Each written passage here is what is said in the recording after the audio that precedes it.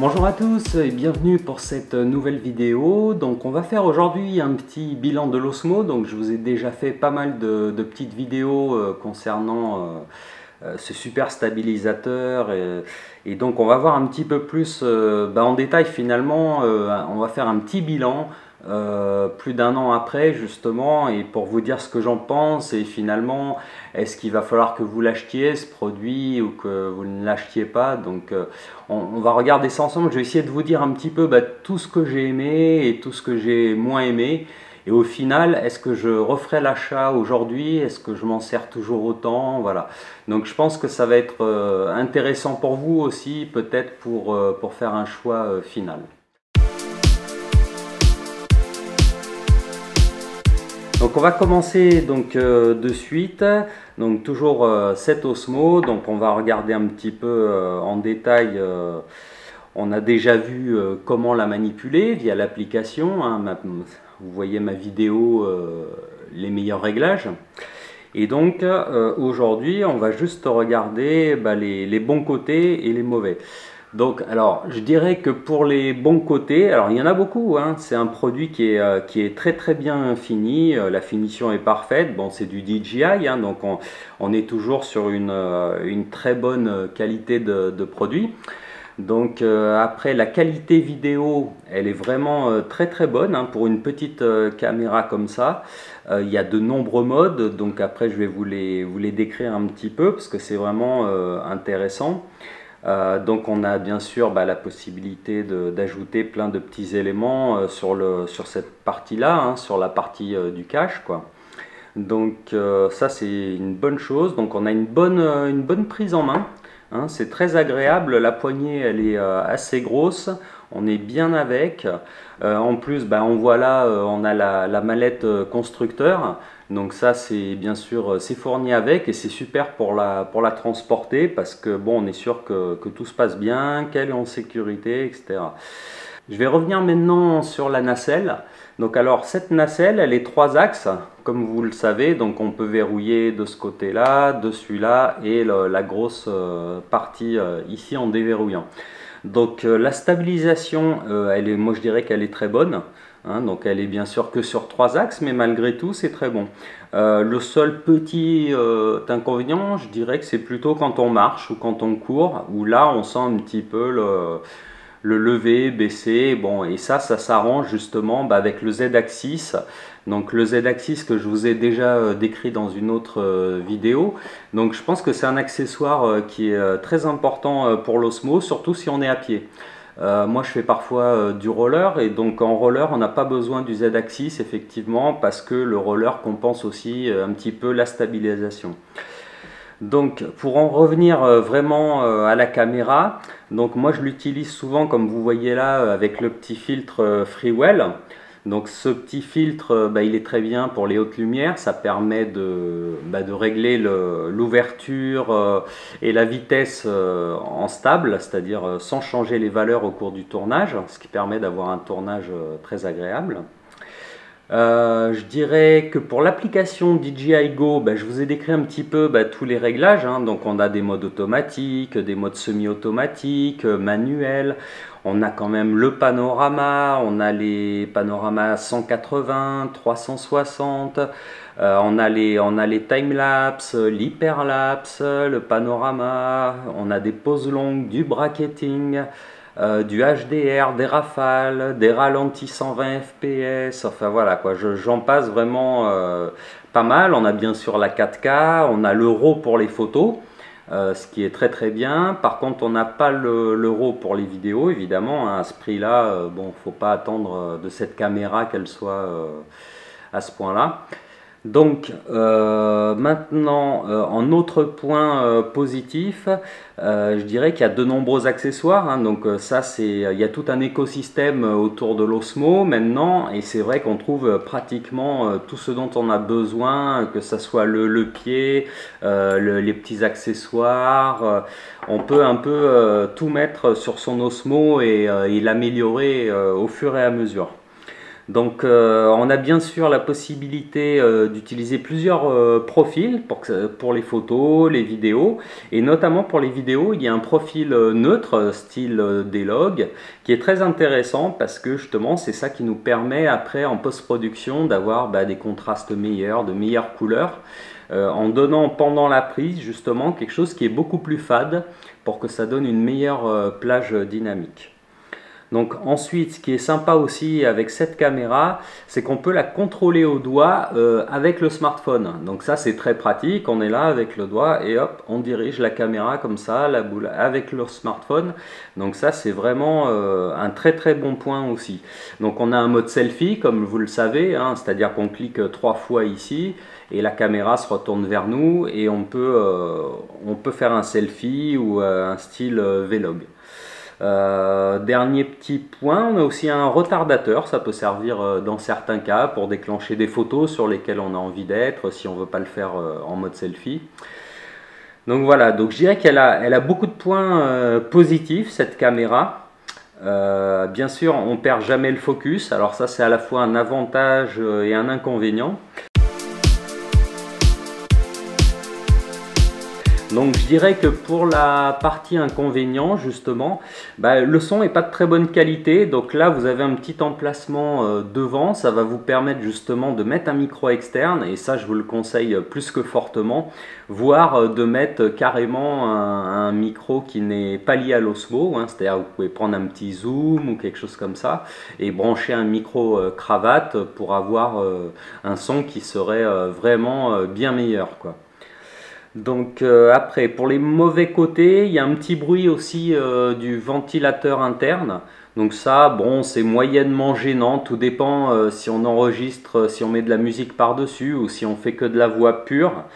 Moi, ça m'a pas gêné dans mon utilisation. Bon, ça peut en gêner certains, c'est pour ça que je le précise. L'autonomie, on va dire que des batteries, elle est en moyenne de 30 minutes, hein, si on s'en sert quand même intensément. Donc il faut quand même prévoir au moins 3 batteries. Alors un petit côté aussi qui me plaît pas trop en fait, c'est que le temps de mise en route finalement est assez long. C'est-à-dire que si on veut être fonctionnel de suite, il faut vraiment se dépêcher et garder la caméra allumée. Parce que en fait, si on ne la garde pas allumée, quand on la met en veille, il y a une fonction veille sur le côté avec ce bouton, et quand on cherche à rallumer, là on va perdre de suite au moins 1 à 2 minutes, et parfois ça suffit pour rater la scène importante.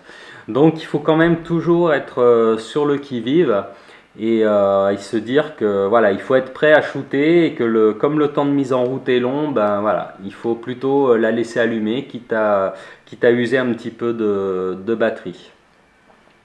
Ensuite, moi ce que j'aurais ajouté évidemment, c'est qu'elle soit résistante aux intempéries parce que oui, parfois on peut être surpris par un orage ou par d'autres éléments. Ça aurait été vraiment bien d'avoir une tropicalisation comme sur les appareils photo, et là on n'a rien du tout, hein, donc dès qu'il pleut, dès que ça commence à être trop humide, il faut éviter d'utiliser. Donc c'est là où peut-être d'autres caméras style GoPro seront effectivement plus adaptées dès que les situations sont un peu plus difficiles, quoi. Alors ensuite, ce qui est un petit peu dommage aussi, c'est que par exemple pour les timelapse, on n'a pas de RAW, on est obligé de passer par le JPEG, donc on va descendre forcément un petit peu en qualité. Celle-là c'est l'Osmo 1, c'est la X3, c'est la première qui est sortie, vous voyez, elle n'a pas les 2 stabilisateurs comme l'Osmo Plus, donc ça ne gêne pas pour la stabilisation. Par contre, la mise au point au minimum elle est à 50 cm et quand vous faites vos selfies, effectivement ça va être un peu gênant parce que vous allez être un petit peu flou. Et ça, je crois qu'ils l'ont amélioré justement sur l'Osmo Plus, ils ont diminué la mise au point minimum. Et ça, c'était vraiment indispensable parce que sur celle-là, effectivement, il faut soit utiliser la perche, soit vraiment mettre le bras au maximum pour qu'on ne soit pas légèrement flouté sur l'appareil. Ensuite, alors moi je conseillerais le Z-Axis parce qu'effectivement dès qu'on va marcher ou courir, la stabilisation elle va pas être suffisante. Donc là c'est dans ce cas-là qu'il va falloir vraiment utiliser cet accessoire. Il marche très très bien, c'est de très bonne qualité et je vous conseille vraiment de le prendre si vous voulez une stabilisation parfaite. Autre point un petit peu en dessous, bah, c'est la qualité vidéo en basse lumière. Donc j'ai eu l'occasion de tourner dans des salles un peu obscures ou éclairées par des spots ou comme des fêtes ou des choses comme ça ou en boîte ou ailleurs. Et là bah, on a un grain qui monte vraiment très très vite et on est obligé de passer par des logiciels de retouche et effectivement bah, c'est pas idéal, hein, ça met du temps à justement améliorer la netteté et c'est jamais tout à fait parfait quoi. Donc pour les basses lumières c'est vraiment pas top, hein. Ou alors il faut rajouter un éclairage, c'est-à-dire on peut prendre le petit accessoire qui est là et y rajouter une petite lampe LED, hein, comme chez Manfrotto ou voilà, ou d'autres n'importe quelle autre lampe LED qui peut aider à l'éclairage intérieur, hein, parce que sinon vous allez voir que ça va très vite granuler et ça va vraiment pas être terrible. Alors après, qu'est-ce que je dirais, on n'a pas de focus. Alors on n'a pas de focus, c'est à la fois un inconvénient et un avantage. Moi maintenant, je trouve que c'est un inconvénient parce qu'effectivement, vous n'aurez jamais de flou artistique, c'est-à-dire que la caméra elle est faite pour être nette du début à l'infini. Donc ça a été conçu comme ça, c'est une caméra plutôt sport à l'origine. Donc effectivement, par exemple, si on veut faire un petit clip vidéo, quelque chose de plus artistique, ben, on va vite être limité, quoi. Donc moi c'est un petit peu l'inconvénient que la limitation on dira que de ce type de caméra, c'est qu'on va être limité dans le type de projet quoi. Ensuite concernant la mallette, je dirais que cette mallette est très très bien, mais par contre ils ont oublié un petit détail, c'est qu'on puisse y rajouter au moins une batterie supplémentaire. Donc là, on peut rien mettre d'autre que l'Osmo dedans, donc ça c'est un petit peu dommage. Peut-être qu'ils le feront pour une prochaine version, ça serait vraiment bien. Et ensuite, concernant l'application, le DJI Go, en fait, je possède aussi un drone qui utilise l'application DJI Go 4. Et il y a eu pas mal de petits conflits entre les deux applications, c'est-à-dire que pour utiliser le DJI, il a fallu que je ferme complètement mon application drone pour pouvoir utiliser correctement celle-là. Sinon, elle détectait toujours le drone où il y avait des plantages, etc. Donc voilà un petit peu le tour de cette caméra. Alors, en conclusion, moi je dirais que je suis très content de cette caméra, hein. Elle remplit parfaitement son rôle de petite caméra sportive. C'est vraiment c'est un bel objet de très très bonne qualité, ça il n'y a rien à redire. La stabilisation elle est vraiment bonne. Là on a la petite carte SD, on peut mettre vraiment... il y a un écosystème qui est vraiment intéressant autour de la caméra. Par contre, moi je dirais qu'aujourd'hui, ce qui me manque, c'est un petit peu la même chose en fait, mais qu'il y ait du focus et qu'on puisse peut-être zoomer un petit peu, dézoomer. Mais quand je dis zoomer, dézoomer, c'est plus que l'Osmo Plus, hein, c'est un joli zoom vraiment, ou alors une ouverture, quelque chose qui nous permet d'avoir un focus et de faire des beaux effets de bokeh, etc. Donc après évidemment, hein, c'est pas le but de cette caméra, mais c'est vrai que du coup aujourd'hui, je me pose la question, je me dis est-ce que finalement je vais avoir besoin de ce type de caméra ou pas, parce que j'ai envie de passer à des choses un petit peu plus artistiques, on va dire. Donc peut-être un réflexe ou quelque chose, un hybride de type GH5 ou GH5 pardon. Ou Sony A7S II me conviendrait mieux. Alors bien sûr, c'est pas le même budget, mais par exemple avec l'A7S II, on peut pratiquement filmer dans le noir. On a un grand capteur, c'est un full frame, hein, bien sûr. Donc voilà, donc je suis un petit peu hésitant aujourd'hui et j'avoue que je m'en sers un petit peu moins qu'au début finalement. Donc voilà le petit bémol que j'apporterai à cette Osmo. Après, c'est une super caméra. J'ai déjà fait beaucoup de petits films de sport avec. Et vraiment, il y a aucun souci avec, hein.